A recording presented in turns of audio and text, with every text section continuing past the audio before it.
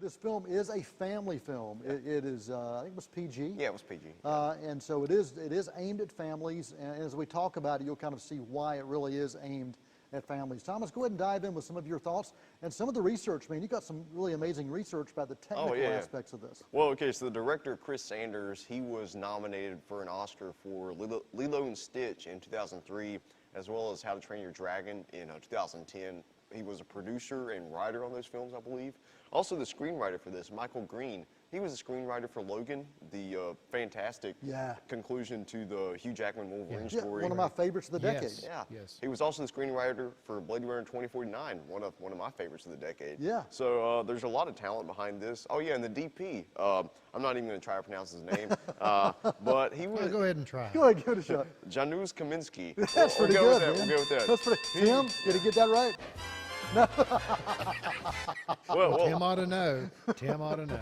Mr. Kaminski won 2 Oscars for Schindler's List and Saving Private Ryan. So 2 Spielberg films, frequent Spielberg collaborator. Isn't he Spielberg's go-to cinematographer?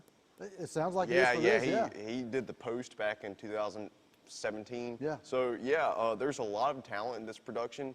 And you can really see it on display for sure. There's a lot to appreciate visually and aesthetically with this film. The motion capture performance of the dog by Terry Notary, who's a Cirque du Soleil performer who's done motion capture for a ton of other big franchises. He's really kind of been an understudy for Andy Serkis. He's worked with Andy Serkis on a few films. He was also in, was it Avengers Endgame or Infinity War? He's the motion capture of Groot on Groot? Yeah, for Guardians of the Galaxy. Yeah. Awesome. Yeah, definitely. Well, that is something, Greg, you were asking about, was the CGI freaky in this, but it was really the motion capture on the dog so you could see the dog's emotions. Yeah. And it wasn't just the lead dog played by Buck. All of them, right? It was all of them. Yeah. And it's really impressive when you consider that Harrison Ford and the other actors are interacting with a dog. It's not really a dog. It's just a man walking around on all fours in a green suit. And to get the emotion. Again, sounds like me on Saturday night with the band. Basically, yeah. But the emotion that Harrison Ford put on display here, it's really impressive when you take that into consideration. And it's a really stellar performance from him, especially at this point in his career. I think so too. Almost 80 years old, 79 years old. Yeah. And sometimes you never know what you're going to get from him, how much he really cares about a role. But this one, he really put a lot into it. He really did. It's a period piece. It follows kind of the gold rush and the people trying to find that elusive gold and everything they can do to make that happen. That's part of it, but there's another part of the story that deals with the postal carriers using the dog sleds to deliver mail. And that's really the first third of the film. Yeah. And then the last 2/3 of it focus on the dog and, creature versus nature, but there's also man versus man conflict as well. So it's an action-adventure film about delivering the mail? Well, in certain aspects, that's definitely. interesting. Yeah, and it really is, And of course, the search for gold and greed and all that goes along with that. There is a villain played by Dan Stevens, and he's really one of these cardboard villains. I mean, it's very typical of what you would see in the Disney films, the live-action Disney films that you and I remember back when we were kids. Nothing depth. I mean, it's just very stereotypical.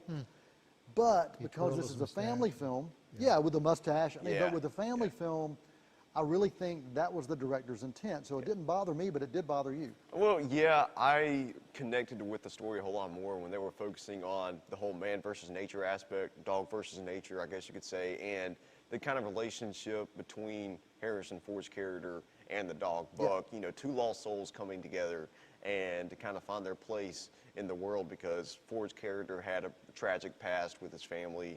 Buck was just kind of a wandering dog. So I connected with that a lot more. And then when they kind of threw in this cardboard villain, it didn't work for me that much, but I can see where you're coming from. I mean, that probably was the purpose of it all. It's just classic Disney villain, but it's just kind of rubbed me the wrong way. But it didn't have a tremendous negative impact on my viewing I really think the character arc of this was amazing for the dog Buck. Yeah. I mean, you saw him from being a domesticated town dog who was dog-napped and basically had to find his way in discovering who he was and what he was meant to be and really what that call of the wild was.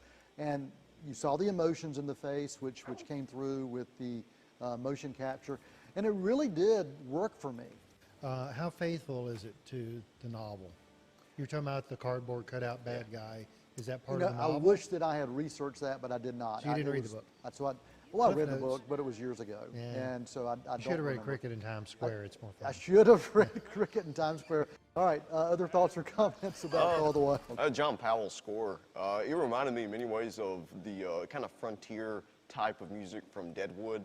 Yep. Those kind of fiddles and violins, and then you had some of the sweeping majesty of it all. Yeah. So I love Powell. He does a fantastic job everything he does. So, Yeah, it very much did feel like a period Yeah. film using music and instruments that you would find in that period. Cinematography was absolutely beautiful. It was shot in Quebec. It was beautifully shot. I really, truly enjoyed this film. We went as a family, and there were quite a few people there watching this and immersing themselves in it. Yeah, unfortunately, it's going to struggle to make up its pretty large budget at the box office. I think it cost like $135 million to make. It only made about $40 million opening weekend. But it's definitely worth checking out if you're interested. I give it a solid B, but for families, it's perfect family film for this time of the year. Yeah, for me, a solid A-. I think it's a solid film.